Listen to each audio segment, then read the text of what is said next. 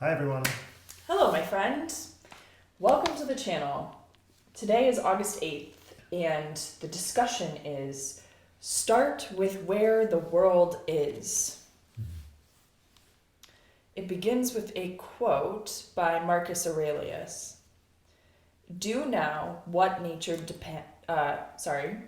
rewind. Do now what nature demands of you. Get right to it if that's in your power. Don't look around to see if people will know about it. Don't await the perfection of Plato's Republic, but be satisfied with even the smallest step forward and regard the outcome as a small thing.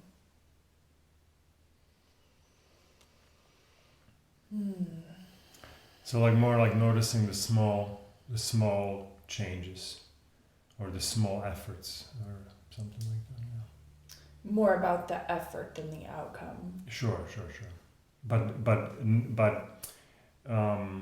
Yeah, because when we're trying to get a big effort done, then that's already outcome focused.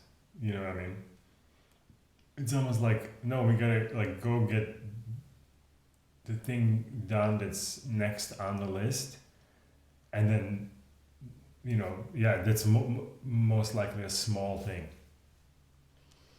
Something about the small that was coming up, Okay. it cannot be this big effort, because that's Well, and he's saying regard the outcome as a small thing. So he's saying don't make a big deal. Don't make a big deal the out outcome. about the outcome. Yeah. But it's not about doing an outsized effort. It's about doing the next little bit of effort. And then you will get a little bit of a reward from it, or some sort of an outcome, and then that outcome is don't worry about that. Right, he's saying don't pay attention to the outcome. That's not your job. Your job is to move forward with whatever you can move forward with. Mm-hmm. And don't look around to see if people will know about it. Yeah, that's a good one, right? Hey, did you guys see that I made that chop? Right, that's that. Somebody please tell me that somebody see it. Somebody needed to see my effort and my success. Otherwise, it wasn't effort and it wasn't success, but it actually was. That's where I get stuck up sometimes. Mm-hmm. Is you need the others to give you the approval that you're doing the right thing or something. Sure, you could frame it that way. Yeah. Mm-hmm. Yeah, it's a good reminder. Do now what nature demands of you. Get right to it if that's in your power. Yeah. Get right to it. Yeah, don't postpone maybe either, Be kind of constantly on the lookout for The what is nature needed, demanding of me right now. Mm-hmm. And then, don't put it off. Don't procrastinate. Do it. Yeah. Yeah, that's a good reminder. That's great. You have anything else on this? Mr. Ryan, let's go see what Ryan has for us. Ryan says, have you ever heard the expression, don't let the perfect be the enemy of good enough? The idea is not to settle or compromise your standards, but rather, the idea is not to settle or compromise your standards, but rather not to become trapped by idealism. The community organizer Saul Alinsky opens his book Rules for Radicals with a pragmatic but inspiring articulation of that idea. As an organizer, I start from where the world is, as it is not as I would like it to be. That we accept the world as it is does not in any sense weaken our desire to change it into what we believe it should be. It is necessary to begin where the world is if we are going to change it to what we think it should be. Yeah, that's a good one. Yeah, because I feel a lot of times people are mad that it isn't already the way that it should be. and they're like focusing on that, right? I focus on that too sometimes, like, like, why is this not already like that, right? Like it versus like, oh no, let's acknowledge how it is. It's not the way I want, right? It's not that way currently.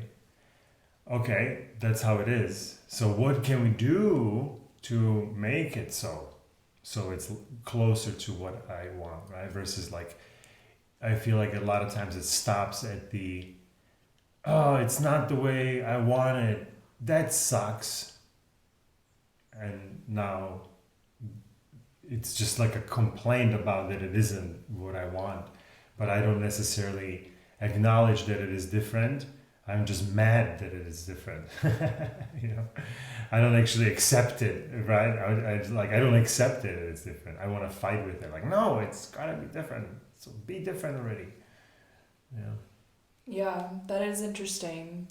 We're in yoga. One of like the themes of the classes right now is self-acceptance, and everybody's kind of coming into this thing of like this nervousness of, well, if I accept myself, does that mean that like I am just okay with all of my problems?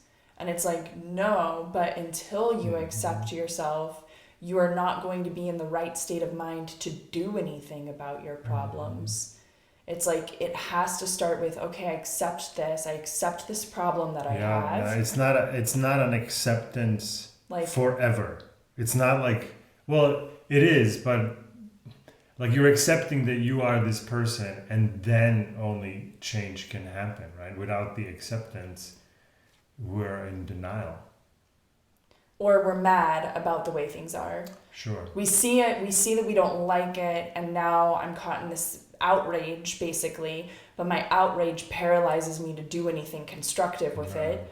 Or I'm in denial, and I'm deluding myself, and there's a problem that I'm not recognizing as such.